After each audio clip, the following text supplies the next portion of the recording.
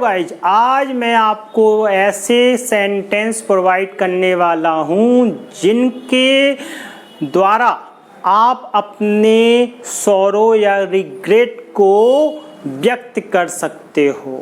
आपको दुख है, आप किसी को कैसे अपने एक्सप्रेशन देंगे, आप कैसे बताएंगे शब्दों के द्वारा कि आप दुखी हैं, आपको पछताना हो रहा है, आप किसी बात से खेदजनक हैं। तो आज हम जो आपको प्रोवाइड करने वाले हैं ऐसे ही कुछ सेंटेंस हैं। तो शुरू करते हैं। Sorrow and regrets expressing English sentence. पहला वर्ड है sorry.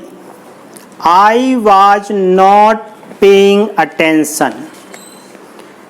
Sorry I was not paying attention यानी क्षमा करें मैं ध्यान नहीं दे पाया।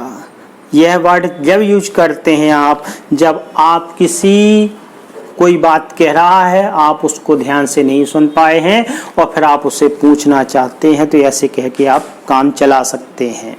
नेक्स्ट फिर आता आई एम सॉरी। बहुत ही generally word I am sorry, यही हम लोग बोलते हैं। यह तब बोला जाता है आप छोटी मोटी गलती हो गई हो या आपको किसी बात पर खेद होता है, यानी इसका अर्थ होता है मुझे बड़ा खेद है। नेक्स्ट आता है एक्सक्यूज मी यानी कि क्षमा कीजिए या कष्ट के लिए क्षमा। यह तब प्रयोग करते हैं जब किसी का ध्यान अपनी ओर आकर्षित करना हो या फिर आपको अचानक किसी मीटिंग हो या फ्रेंडशिप में बैठे हुए हैं, वार्तालाप चल रही है, काफ़ी लोग हैं, तो आपको उठकर कहीं जाना है, वॉशरूम में जाना है या फिर किसी से बात करने के लिए जाना है, फ़ोन अटेंड करने के लिए जाना है, तब आप इसका प्रयोग करते हैं एक्सक्यूज मी। नेक्स्ट पार्डोन मी। पार्डोन मी का प्रयोग आप अर्थ इसका क्षमा करना ही होता है, लेकिन जब आप कोई बात सुन नहीं पाते हैं, मोस्टली फ़ोन पर इसका अधिकतर प्रयोग होता है। फ़ोन पे आप बात कर रहे हैं, नहीं सुन पाए हैं, तो आप पार्डोन मी का प्रयोग कर सकते हैं। यानी कि ना सुनने पर, कोई बात ना सुनने पर जब आप उनसे कहते हैं कि भाई दोबारा बता दीजिए, तो यहाँ पार्डोन मी का प्रयोग करते हैं। जब कोई चीज़ आपको समझ में नहीं आती है तो भी पार्डोन मी का प्रयोग किया जा सकता है। Next I am extremely sorry.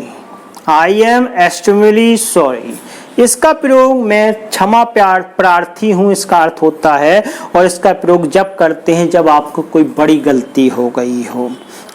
Next I am awfully sorry. I am awfully sorry यानी कि मैं क्षमा प्रार्थी हूँ। इसका प्रयोग आप जब करेंगे जब आपसे कुछ खो गया हो, कोई बात, कोई वस्तु आपके पास हो, उसने आपने अचानक खो दी हो, तब आप इसका प्रयोग कर सकते हैं। Next I did not mean that. I did not mean that, मेरा वो मतलब नहीं था। यानी इसका प्रयोग आप जब करेंगे जब आप कोई मजाक कर रहे हो, कोई बातें वार्तालाप चल रही है, अचानक से आपने कुछ ऐसा कह दिया कि दूसरे को बुरा लग गया हो, तो ऐसी स्थिति में आपको यह समझाने के लिए कि मैं जो कह रहा हूँ उसका आपने गलत मतलब निकाल लिया है, या कोई आपके कहे हुए शब्दों को गलत समझ ले, तो ऐसी स्थिति में आपको इसका प्रयोग करना चाहिए, यानी I didn't mean that. Next आता है it's my mistake. It's my mistake यानी कि ये मेरी गलती है। इसका प्रयोग कहाँ करते हैं? जब मित्रों के बीच में आप कोई गलती कर लेते हैं और किसी पर आरोप लग जाए, तो आप अपनी गलती स्वीकार करते हुए कह सकते हैं कि अरे भाई उसकी गलती नहीं है, यह मेरी गलती है। यहाँ उसका प्रयोग किया जाता है। नेक्स्ट है it was careless of me. ये it was careless of me, यह मेरी लापरवाही के कारण हुआ। यानी इसका प्रयोग जब आप करते हैं, जब आपसे कोई गलती हो जाए और इससे आपको किसी व्यक्ति का भारी नुकसान हो जाए आपकी गलती से, तो ऐसी स्थिति में आप कह सकते हैं भाई यह मेरी लापरवाही से हुआ। It was careless of me, यह मेरी लापरवाही से हुआ है।